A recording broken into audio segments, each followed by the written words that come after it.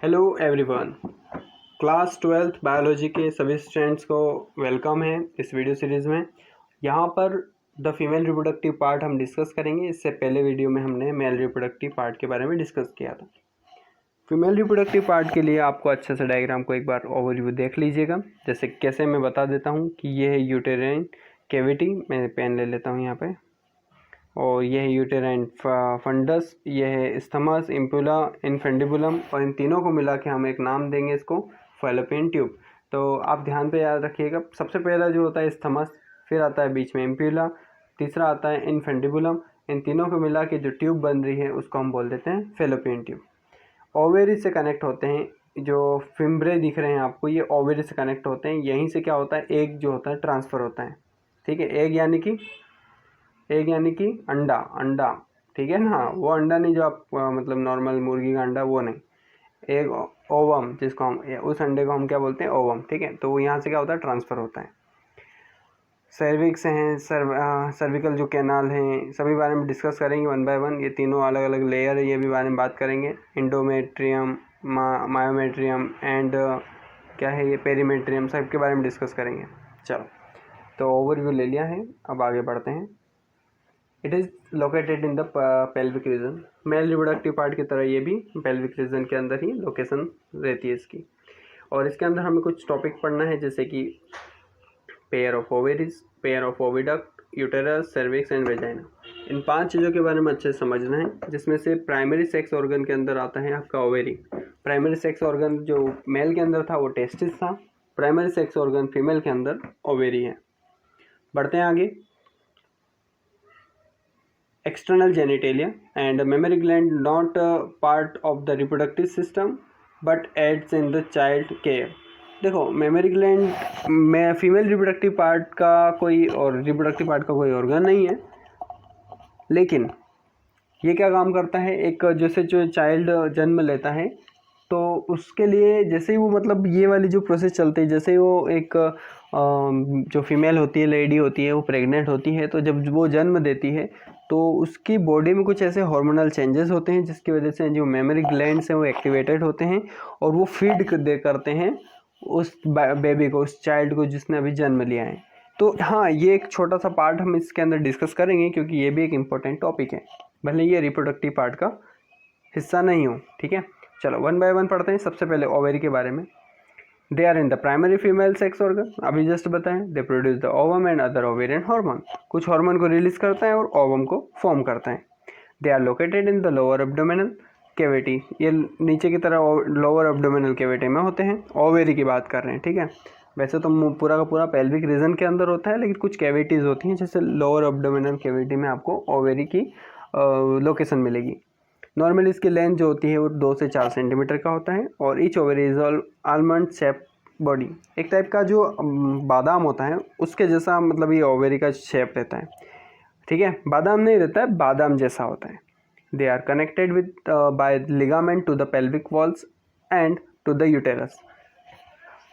ये जो ओवेरी होती हैं ये 2 अलग अलग चीज़ों से जुड़ी होती हैं, पेल्विक जो वॉल होती है उससे, और दूसरा यूटेरस से। किसके थ्रू? लिगामेंट्स के थ्रू। ठीक है, लिगामेंट्स मैंने आपको 11th क्लास में बताया था। ठीक है, तो ये क्या है, इस यहाँ पे जुड़े रहते हैं। Each ovary is covered by the epithelium and contain the ovarian stroma. Ovary से रिलेटेड जो स्ट्रोमा होते हैं वो भी इसके अंदर मिलते हैं हमें, और साथ साथ में ये एक कवर में रहते हैं। ओवेरी का एक कवर है, बाहर का एक कोट है, ठीक है, उस कोट का नाम, उस कवर का नाम है एपिथेलियम। ठीक है, आगे बढ़ते हैं। ओवेरियन जो स्ट्रोमा है वो किन किन चीज़ों से बना है? Peripheral cortex and inner medulla. Peripheral cortex को हम जो होती है लेयर वो आउटर होती है, और इनर मेड्यूला जिस नाम से पता चल रहा है इनर लेयर होती है। ओवेरी की जो डिटेल थी वो हमने पढ़ ली है। नॉर्मली आपको पता होना चाहिए कि ओवेरी का काम है एग की फॉर्मेशन करना, मतलब जो एग होता है, जो ओवम होता है, उसको फॉर्म कैसे होता है उसके बारे में ही हम ओवेरी में डिस्कस करेंगे। इसके बारे में और डिटेल हम आगे लेंगे कि कैसे एक ओवेरी के अंदर एग की फॉर्मेशन हो रही है। अब बढ़ते हैं ओविडक्ट के बारे में। ओविडक्ट का एक और नाम है फैलोपियन ट्यूब, जिसके बारे में अभी मैंने डिस्कस किया था। 3 नाम होते हैं इसके अंदर। स्थमस बताया था मैंने आपको, इम्प्यूला बताया था, ये देखो यहाँ पे स्थमस, इम्प्यूला और इनफेंडिबुलम, इन तीनों को मिला के हम क्या कह देते हैं इसको, हम इसको कह देते हैं फेलोपियन ट्यूब। और इसी का एक और नाम है ओविडक्ट, आप कन्फ्यूज़ मत होइएगा, ठीक है। ओविडक्ट भी इसी को कहते हैं और क्या बोलते हैं, फेलोपियन ट्यूब भी इसी को कहते हैं। और इनकी जो लेंथ होती है नॉर्मली 10 से 12 सेंटीमीटर मिल जाएगी आपको। और ये जो होते हैं ओवेरी जो होती है वो ओवेरी से लगा के जो यूटेरस तक पहुंचाने के लिए, मतलब ये स्टैंड एक टाइप की पाइप है जो ओवेरी से एग को लेते हैं, रिसीव करते हैं और उसको कहाँ जाके सेंड करते हैं, कहाँ ट्रांसफ़र करते हैं, यूटेरस तक। The part of each oviduct lying toward the ovary in the funnel shaped and is called infundibulum. जो इनफंडिबुलम है वो एक टाइप का फनल शेप स्ट्रक्चर है, फिंगर लाइक प्रोजेक्शन होती है जिसमें होती है फिम्ब्रे। अभी जस्ट मैंने बताया था सबसे पहला पार्ट फेलोपियन ट्यूब का फिम्ब्रे होता है।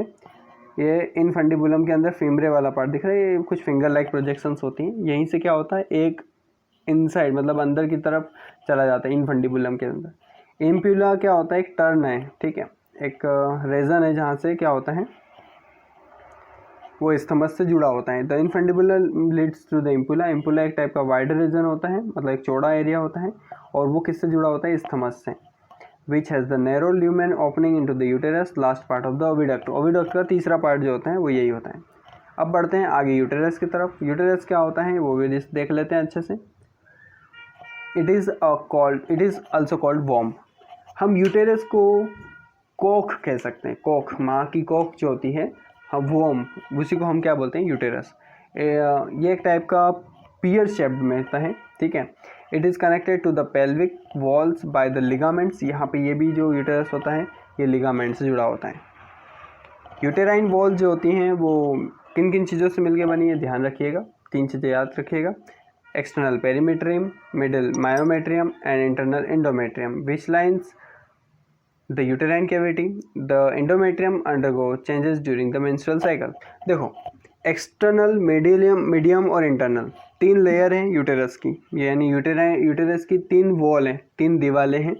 उन 3 दीवारों में से जो इनर वाली जो है जिसको हम बोलते हैं एंडोमेट्रियम, उसके अंदर आपको मेंस्ट्रुअल साइकिल के कुछ चेंजेस मिलेंगे, उसमें हार्मोनल चेंजेस मिलेंगे। और वो जैसे जैसे ओवेरी रिलीज होती है तो उसके अंदर अलग अलग टाइप की एक्टिविटी होती है। जैसे कि ये आपको दिख रही है यहाँ पे एंडोमेट्रियम सबसे अंदर वाली, ये इसको बोलते हैं एंडोमेट्रियम। इसी के अंदर क्या होता है, कुछ साइकिलिक चेंजेस होते हैं मेंस्ट्रुअल साइकिल के बारे में। मेंस्ट्रुअल साइकिल भी हम डिस्कस करेंगे, सब पढ़ेंगे, सब, एक भी चीज़ नहीं छोड़ेंगे। बस आप ध्यान रखिएगा, मज़े से पढ़िएगा, ज़्यादा इसको दिमाग वो क्या बोलते हैं ज़्यादा सीरियस मत लीजिएगा, ठीक है। पता चला बहुत ज़्यादा ही सीरियस हो गए तो सब बोर हो गए बच्चे, नहीं, आराम से पढ़िएगा क्योंकि अपना ही सब्जेक्ट है बायोलॉजी। सर्विक्स एंड वेजाइना, इसके बारे में पढ़ते हैं। सर्विक्स जो होता है वो यूटेरस टू द वेजाइना, यानी कि यूटेरस को वेजाइना से जोड़ने का काम करता है। और सर्विक्स जो vagina consist of birth canal, एक टाइप का बर्थ कैनाल है जहाँ पे एक बेबी का जन्म होता है उस पाइप के अंदर, उस पाइप्स के थ्रू। एक्सटर्नल जेनिटेलिया, बाहर आउटर पोर्शन में आपको कुछ अलग अलग टाइप की स्ट्रक्चर दिखेंगे, जैसे कि mons pubis, labia majora, labia minora, hymen जो है, क्लिटोरिस हैं। और इसी टाइप की जो ये जो चीज़ें हैं ये आपको पढ़ लेना है, नॉर्मल से डिटेल है आपके बारे में। फैटी जो टिश्यूज़ होते हैं वो कवर्ड होते हैं स्किन पुबिक पे। और यहाँ पे जो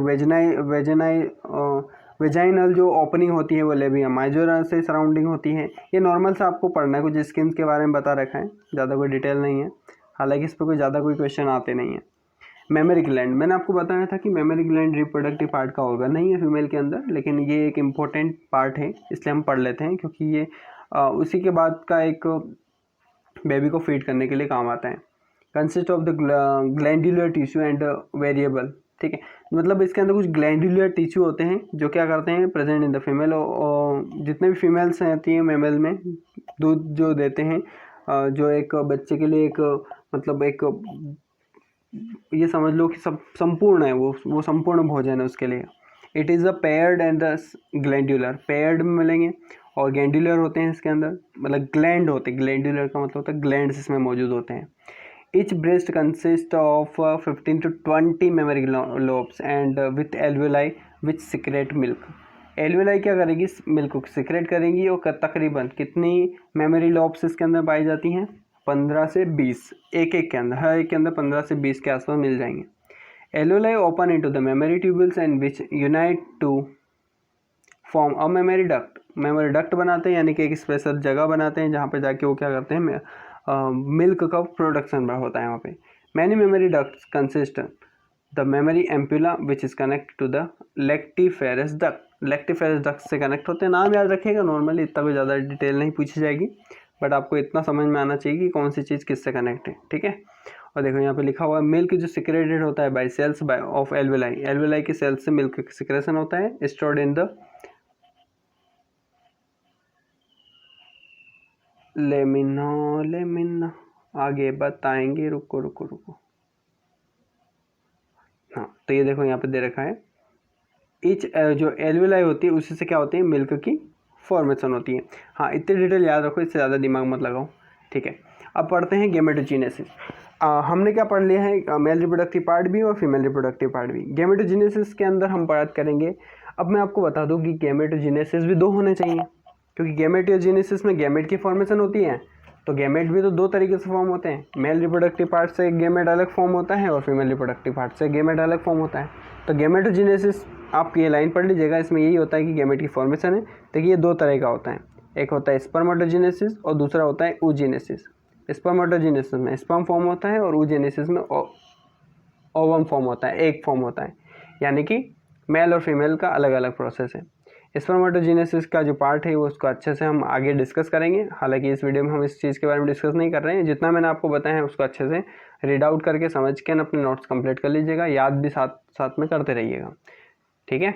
ओके, मिलते हैं नेक्स्ट वीडियो में, हम पढ़ेंगे स्पर्मेटोजेनेसिस। Okay, bye bye.